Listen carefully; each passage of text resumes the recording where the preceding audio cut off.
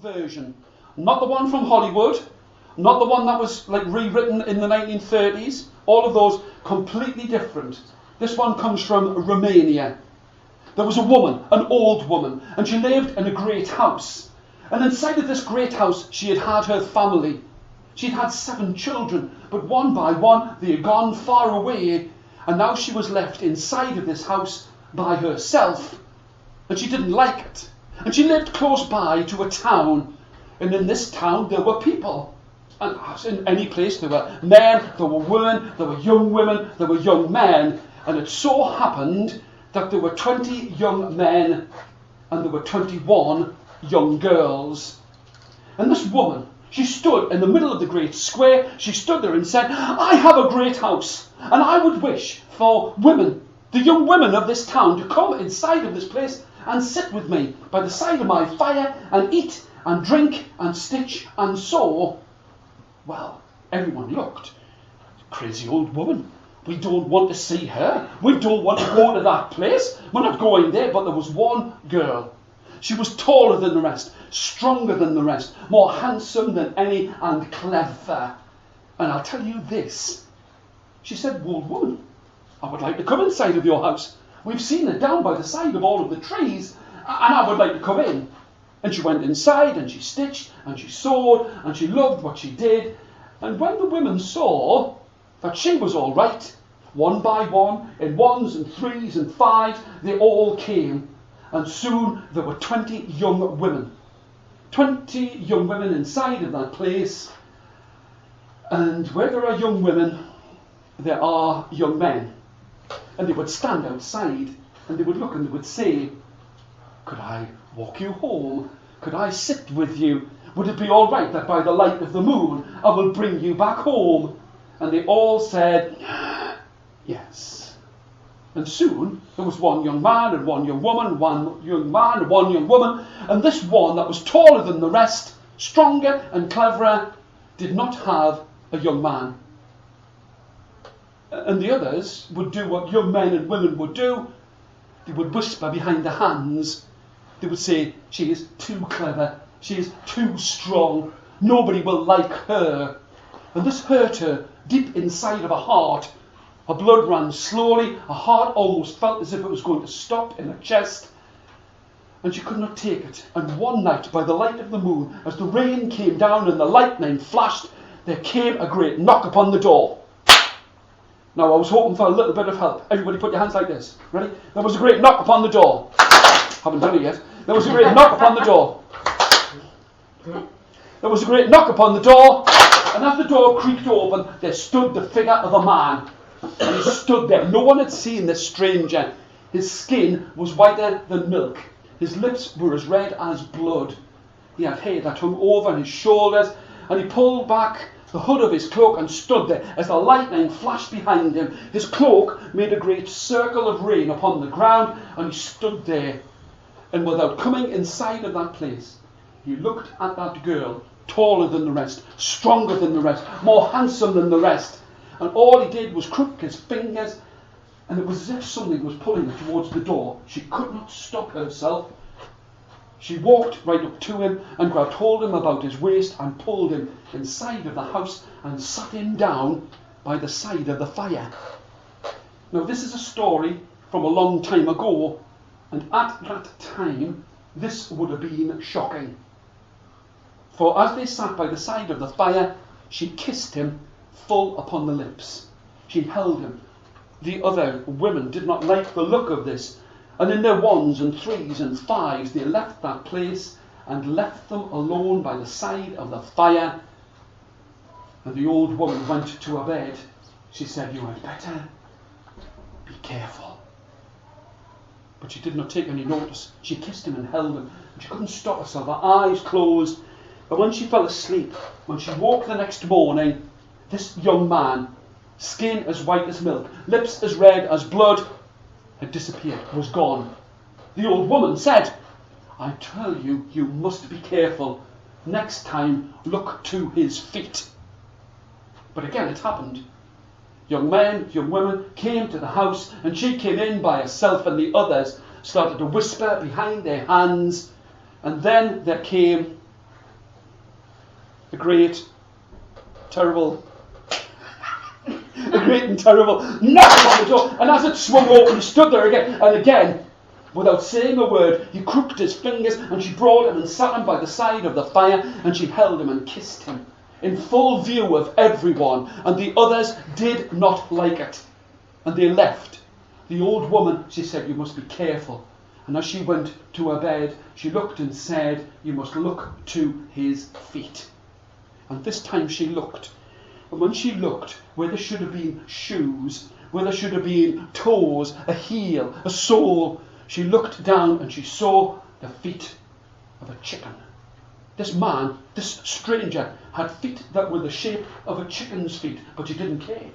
Everybody else had called her names, and as she fell asleep, when she awoke the next day, the fire was dead and the sun was in the sky and he was gone.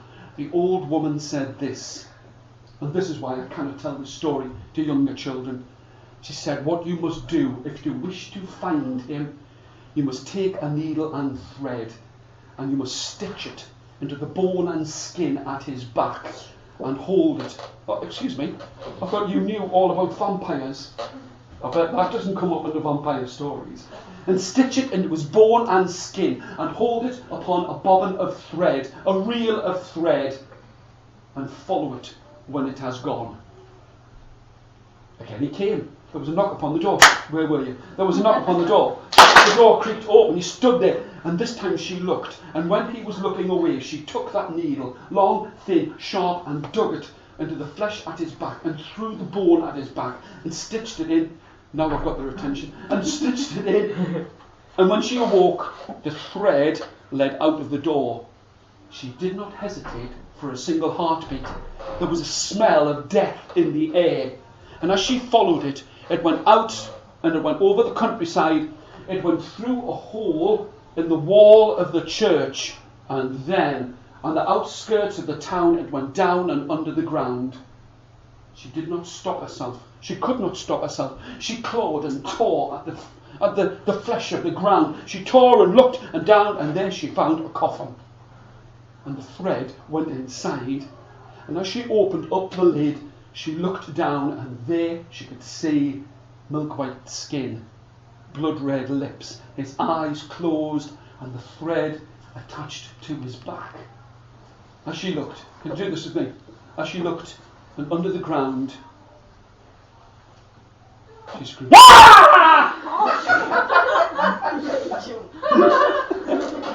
She screamed, and as she screamed, do this, his eyes opened, and she ran as fast as she could, and she ran to her home, and she closed the door flat and shut. And that night, against everything, she would not go into that place where all of the other women would stitch and sew. She stayed inside of her house, and this time there was a scratching upon the door. And as she opened up the door, he looked and he said, "You must tell me what it was that you saw." "Never." "Well, invite me inside of your house." "Never." "Well, if you do not, then your father shall die." She barred the door and closed it, and off she went to her bed to sleep, and the strangest of dreams inside of her head. And the next morning when she awoke, she found the body of her father upon the ground, and the blood was as deep as a man's thumb, thick and hard upon the ground. Again, by the stroke of midnight, as the moon hung in the sky like a great silvered coin, there came a great scratching upon the door, and she opened it. "Tell me what you saw." His voice was low, dark, and deep. "Tell me what you saw, or your mother shall die." "Never. I will never tell anyone. I will not tell you. I will not tell another soul what I saw." "If you do not tell me, then your mother shall die." She barred the door. She hammered nails into it. But the next morning, as she came down the stairs, there she found the body of her mother upon the ground, and this time the blood was as deep as a man's hand. Again he came. "Tell me what you saw." I like the fact that I made you jump. "Tell me what you saw." "Never. In that case you shall die." People would come to the house, and they'd find that the blood was as deep as a man's arm, full upon the ground, and no one would come to that place. And about that great house there grew trees, trees that none could walk through. But at the tick and tock of midnight, there would be a sound, there would be a sight of blood-red lights that would flicker and flash through all of the trees, and no one would dare to come to that place. And the trees grew taller, stronger, thicker around that place. And one time, 100 years past that time, there was a prince, a crown upon his head, back straight, fine clothes upon his back, proud and beautifully dressed, riding upon a horse. And he looked, and all he could see was this light, blood and red light, in the middle of the forest. And he asked an old man, he said, "Old man, what is it that is there inside of all of those trees?" And the story was told of a woman who lay in blood that was as deep as a man's arm. Did this stop the prince? No. He took his sword and he started to cut. And as he came to the middle of that great house, there he found there was a flower, blood red, in the middle of the house. He took his sword and cut it from out of the ground and carried it underneath his arm. And he went upstairs inside of his great castle, and he placed it at the end of the bed. For it was the last thing that he wanted to see at night, and the first thing that he wanted to see in the morning. But when he awoke the next day, he came down the stairs. He said to his father, the king, "My father, last night I had the strangest of all dreams. I dreamt that there was a woman, a beautiful woman, who came and kissed me upon my lips, cheek and chin. And she came to this place, and she kissed me in the middle of the night." The king was frightened, and he did not know what to do. But this prince seemed to have all colour pulled from his face. And the next night, he awoke, and he said to his mother, he said, "Mother, I dreamt that there was a beautiful woman, and she kissed me upon my cheek and chin and lips, and lay down beside me inside of my bed." The mother was frightened. And when she saw this flower, she went to go and ask an old wise woman. The old wise woman said, "There is a spirit inside of that flower. And what you must do is this. You must sit at the end of the bed, and you will watch it, and the flower will rise up. And as it rises up, it will turn over, so that the petals are at its base and the roots point to the ceiling. And from out of the heart of that flower there will step a beautiful woman, and she will wrap her arms about that son of yours. And what you must do is, you must make sure that she does not return to that flower." The woman, the old woman, was gone. But the queen sat down at the end of her own son's bed, and sure enough, at the tick and tock of midnight, the flower rose up, and it started to turn itself around. And as it turned around, from out of it stepped the beautiful woman, and she lay down beside her son. And this woman, this queen, she did not hesitate for a second. With a dagger, she cut it into 1,000 pieces. And I'll tell you this, that visitor to her son's bedroom screamed. No! Good job I didn't scream pop. But she was there, inside of this place. She lived inside of the great castle, and they were married, and everyone was happy. They looked and saw how this stranger who had stepped out from out of a blood-red flower was there. And soon, by the time that 3 seasons had passed over the sky, she was with a child, and she held it in her arms. And one night, at the tick and tock of midnight, I want your arms like this to do it, there came a great knock on the door. "Well done, you." And there he stood outside of the door. He looked and said, "That child should be mine." Never. This child was made from love and lives inside of this house. A second time he said it.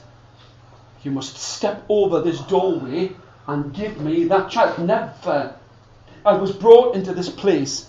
I was loved inside of this place. This child is made of. A third time he said, "Give that child to me!" And here his voice rattled and echoed in that empty place. And when she refused a third time, she watched him. And inside of him, his heart that was there in that place, cold, dry and dark, exploded in his chest, and he tumbled to dust before her very eyes by the light of the moon as the rain fell down. And from that time they lived inside of that place. The king, the queen, their son, their new daughter and a child that grew taller and stronger, and they lived well and long.